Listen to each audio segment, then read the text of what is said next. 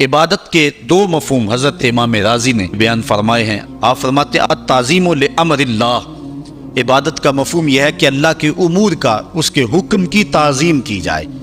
اللہ تعالیٰ جل شانہ کا حکم ہے تو دل جھک جائیں اس کے حضور اور اس کو ہی بڑا جانا جائے۔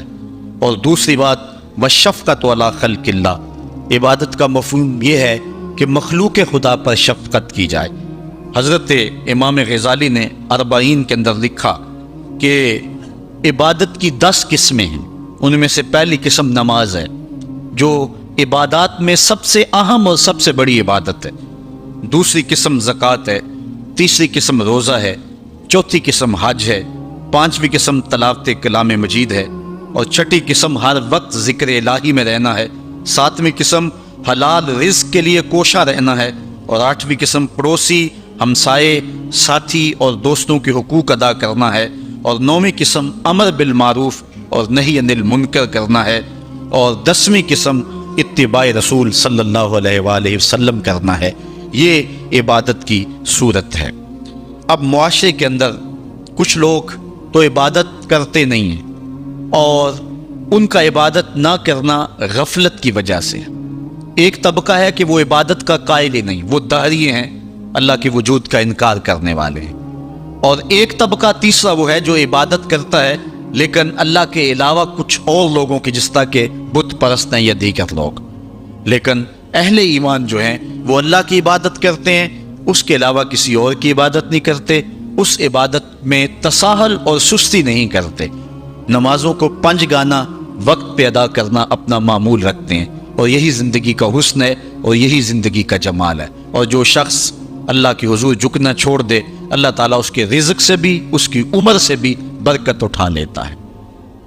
عبادت کا ایک مفہوم علماء نے اللہ تعالیٰ کی پہچان بھی بیان فرمایا۔ حضرت مولا کائنات سیدنا علی المرتضیٰ رضی اللہ تعالیٰ عنہ نے وما خلقت الجن والانس الا لیعبدون کا ترجمہ کیا ہے اے لیعرفونی، یعنی ہم نے جن و انس کو اس لیے پیدا کیا کہ وہ مجھے پہچان جائیں۔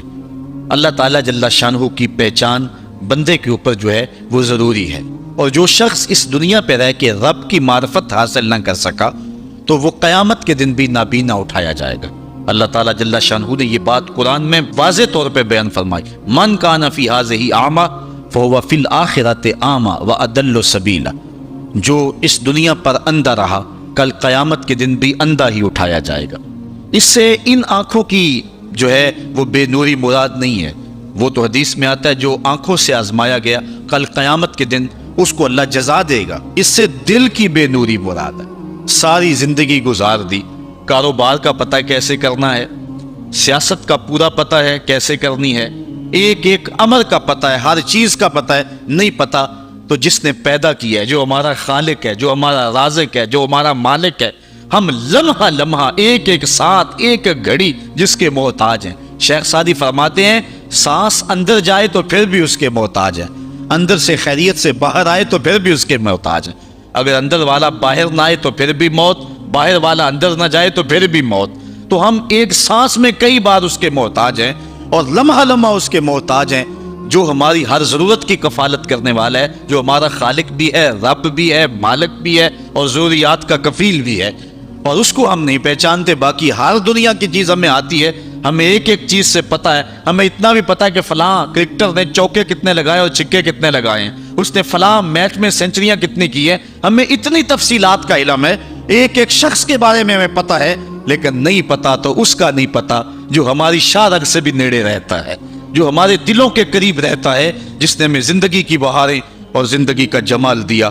آئیے اپنے رب کو پہچانیں، اور جو شخص اپنے رب کی معرفت حاصل نہیں کر سکا وہ قیامت کے دن بھی اندھا اٹھایا جائے گا۔ اللہ تعالیٰ جل شانہ نے محبوب علیہ الصلوۃ والسلام کے سینے پر اترنے والی اس کتاب میں اس بات کو اعلانیہ طور پر واضح بیان فرمایا گیا۔ اسی لیے اقبال نے کہا تھا دل بینا بھی کر طلب خدا سے کہ آنکھ کا نور دل کا نور نہیں ہے۔ میں عبادت کے عنوان سے گفتگو کو ادھورا سمجھوں گا جب تک میں حضور کی ابدیت کو بیان نہیں کروں گا۔ حضور کی عبادت کا عالم یہ ہے، اللہ کے حضور سجدہ ریزیوں کا اور دیگر عبادت کی جتنی بھی اقسام اور صورتیں ہیں، آقا کریم اللہ کے حضور ساری رات قیام فرماتے ہیں، ہمیں تو جگایا جاتا ہے، اذانیں دی جاتی ہیں پھر بھی نہیں اٹھتے، لیکن وہاں کیا ہے کہ اللہ تعالیٰ خود فرماتا ہے محبوب ساری رات جاگا نہ کرو، کچھ سو بھی تو لیا کرو۔ اللہ اکبر۔ اور اتنی اللہ کے حضور عبادت کرتے ہیں حتیٰ تتورم قدماہ، یہاں تک کہ حضور علیہ السلام کے مبارک قدم جو ہیں وہ سوج جاتے ہیں۔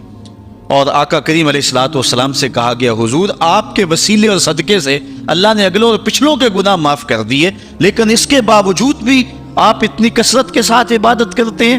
تو حضور نے فرمایا کہ میں اللہ کا عبد شکور نہ بنوں، اس کا شکر گزار بندہ نہ بنوں جس نے اتنی نعمتیں اور اتنی کرم نوازیاں میرے اوپر نازل فرمائیں۔ اس نے اتنا کرم کیا، ذرا دیکھے تو صحیح، اپنے اندر جھانک کر کے تو دیکھو کتنے کرم ہے اس کے، کتنے فضل ہے اس کے، کتنی نعمتیں ہیں جس کا ہمیں علم بھی نہیں ہے، لیکن وہ ہمارے اوپر پہم برس رہی ہیں۔ میرا ایک دوست تھا، اس کے منہ میں یہ جو لعاب آتا ہے اس کی مقدار کم ہو گئی، تو اتنا مسئلہ بنا اس کے لیے کہ ایک آنکھ کی بینائی بھی جاتی رہی، دوسری آنکھ کی بینائی بھی متاثر ہو رہی ہے۔ مرض کیا ہے کہ منہ میں یہ جو لعاب آتا ہے یہ قدرتی گریس ہے، نظام انہضام میں مدد دیتی ہے، بولنے میں طاقت دیتی ہے۔ اگر یہ لعاب کم پڑ جائے جس کو ہم نے کبھی نعمت ہی نہیں سمجھا، یہ بھی اللہ کی نعمت ہے۔ دنیا کا بہت بڑا شخص اوناسس یونان کا رہنے والا تھا اور جہازوں کی کمپنی ہے اس کی، لیکن ہوا کیا، یہ دنیا کے وہ جو امیر ترین لوگوں کی فہرست بنتی ہے اس میں شاید دوسرے یا تیسرے نمبر پہ اس کا نام تھا۔ تو اوناسس جو ہے وہ جہازوں کا کام کرتا تھا، اس کی بہت بڑی جو ہے وہ کمپنی تھی۔ ہوا اسے کیا، اس کے یہ آنکھوں کے جو پپوٹے ہیں یہ کام کرنا چھوڑ گئے۔ یہ قدرت نے سسٹم لگایا، آٹومیٹک سسٹم، ادھر سے تنکا اڑا، ادھر آنکھ بند ہو گئی، ادھر عزم ہوا، ارادہ ہوا، آنکھ بند ہو گئی۔ اتنی جلدی یہ سسٹم کام کرتا ہے۔ اس کو یہ مرض لاحق ہوا کہ یہ جو پٹھے ہیں نا اس کے یہ کام کرنا چھوڑ گئے۔ اب ڈاکٹر سلوشن ٹیپ لگا کے آنکھ کھولتا تھا اور رات کو سونا ہوتا تو وہ ٹیپ اتار دیتا۔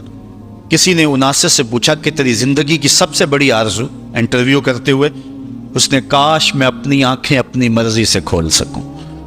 کہا اس کے لیے قیمت لگانی پڑے تو کوئی پیسے لگا سکتا ہے؟ اس نے کہا ساری دولت جھونک دوں گا لیکن کاش اپنی آنکھیں اپنی مرضی سے کھول سکوں۔ تو یہ کتنی بڑی نعمت ہے، ہم نے کبھی سوچا، گمان بھی نہیں کیا کہ کیا کیا سسٹم اس نے لگائے ہوئے۔ یہ تو ایک سادہ سا سسٹم ہے، ورنہ کیا نظام انہضام کا سسٹم ہے، تنفس کا نظام ہے، اور اس کے علاوہ جو ہے وہ دماغ اللہ نے عطا فرمایا ہے۔ اتنا غافل شخص ہے کہ اس کی اتنی نعمتیں وصول کرنے کے بعد بھی اس کے حضور حاضر نہیں ہوتا۔ لیکن میرے اور آپ کے آقا و مولا اللہ کے وہ با کمال بندے ہیں کہ بندگی کی انتہا حضور کی ذات ہے۔ اللہ تعالیٰ نے اپنے محبوب کو عبد ہی نہیں کہا، عبدہو کہا ہے معراج کی قربت خاص میں۔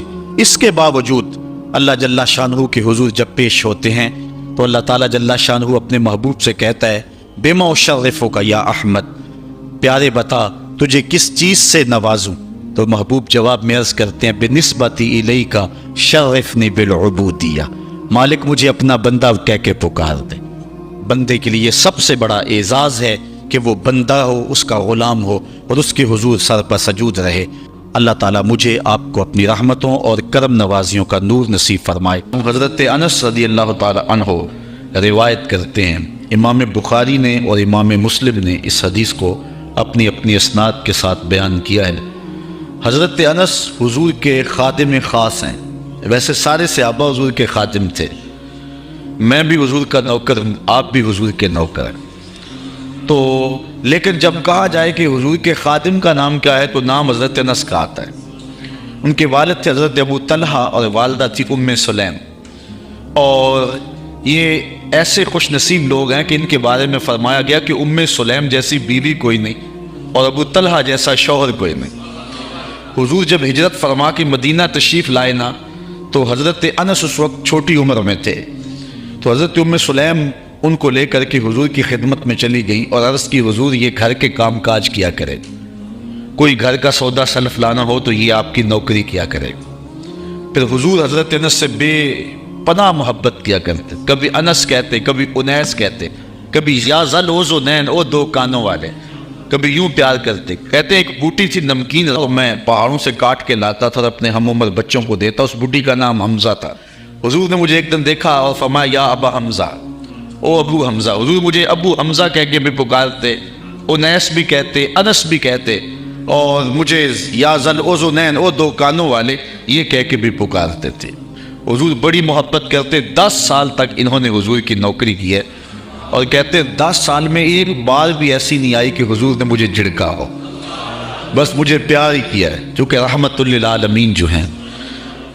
اب حضرت انس اس کو روایت کرتے ہیں، وان انس قال کان النبی صلی اللہ علیہ وسلم عروسا بزینب، کہتے جس دن حضرت زینب سے حضور کا نکاح ہوا، حضرت انس کے لفظ سنیے، کان النبی صلی اللہ علیہ وسلم عروسا بزینب، جس دن حضور حضرت زینب کے دولہے بنے۔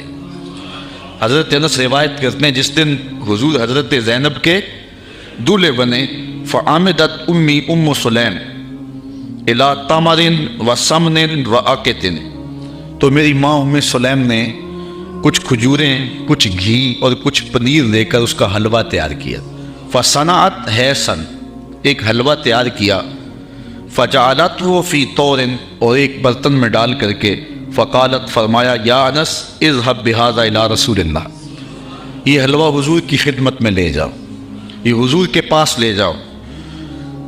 اچھا کہتے ہیں کہ فقل، اور ساتھ حضور سے کہنا، بعثت بہذا الیک امی، حضور یہ حلوہ میری ماں نے بھیجا ہے، یہ حلوہ میری ماں نے بھیجا۔ حضرت ابی بن کعب کہتے ہیں کہ میں ایک دن تلاوت کر رہا تھا تو حضور گزرے اور حضور رک کر کے سنتے رہے، بعد میں حضور سے ملاقات ہوئی تو فرمایا، ابی میں گزرا تھا، میں نے تیرا قرآن پڑھنا سنا ہے۔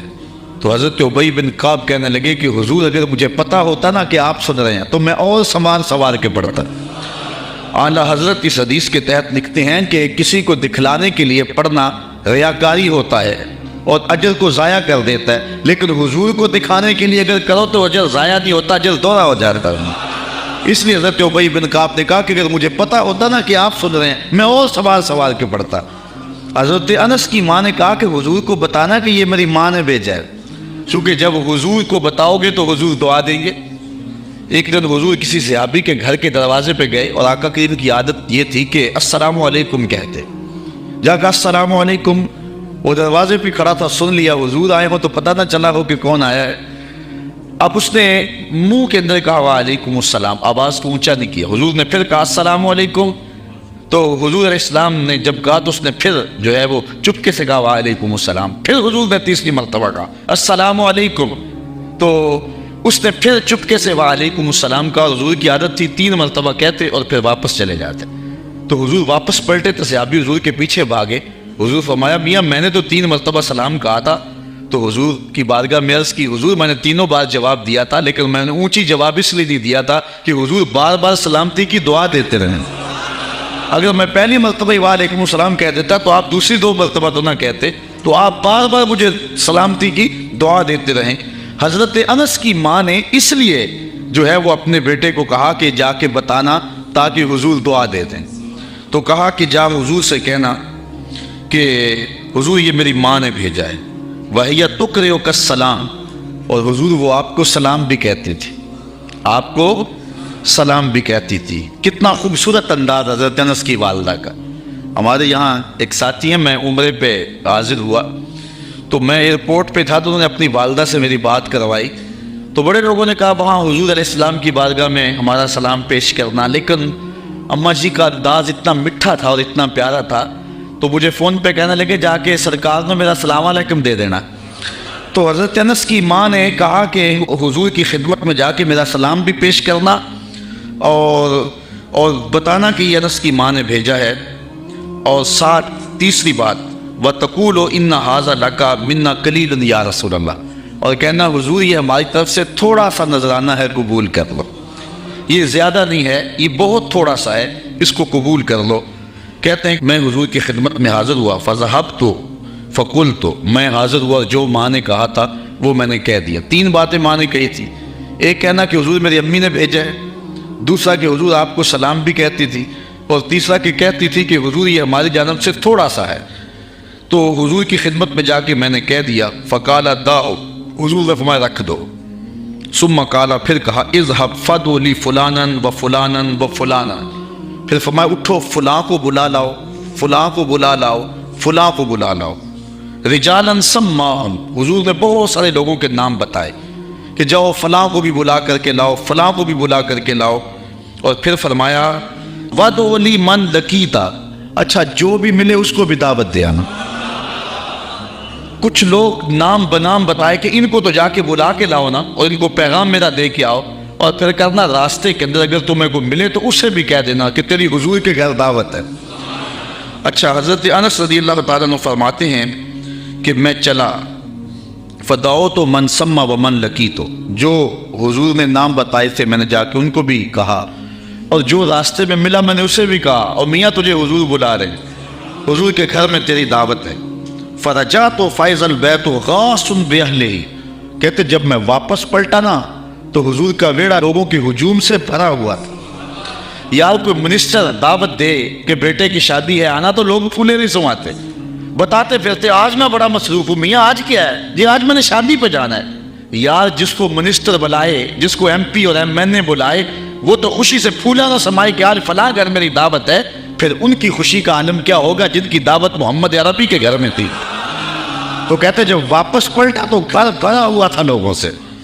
اچھا، تاپی نے جس نے حضرت انس سے روایت سنی اس نے کہا فقلت لانس، میں نے انس سے کہا، قیل لانس، حضرت انس سے کہا گیا اعدادکم کم کان، کہ لوگ تھے کتنے؟ جن لوگوں سے گھر بھرا ہوا تھا ان کی تعداد کوئی اندازہ ہے؟ حضرت انس کہنے لگے 300 کے قریب ہوں گے لوگ۔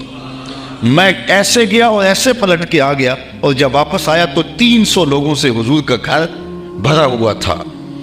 اب آقا کریم علیہ السلام نے فرمایا، حضرت انس کہتے ہیں فرایت النبی صلی اللہ علیہ وسلم وضع یدہ علی تلک الحصہ، کہ حضور نے اپنا دست برکت اس پیالے پہ رکھ دیا، اس حلوے پر اپنا دست شفا، دست نور، دست برکت، دست رحمت اس پیالے پر رکھ دیا، اور وَتَكَلَّمَ بِمَا شَاءَ اللَّهُ، اور جو اللہ نے چاہا وہ حضور نے پڑھا، ہاتھ رکھا، کھانے کو سامنے رکھا، اور پھر جو اللہ نے چاہا حضور نے وہ تلاوت کی۔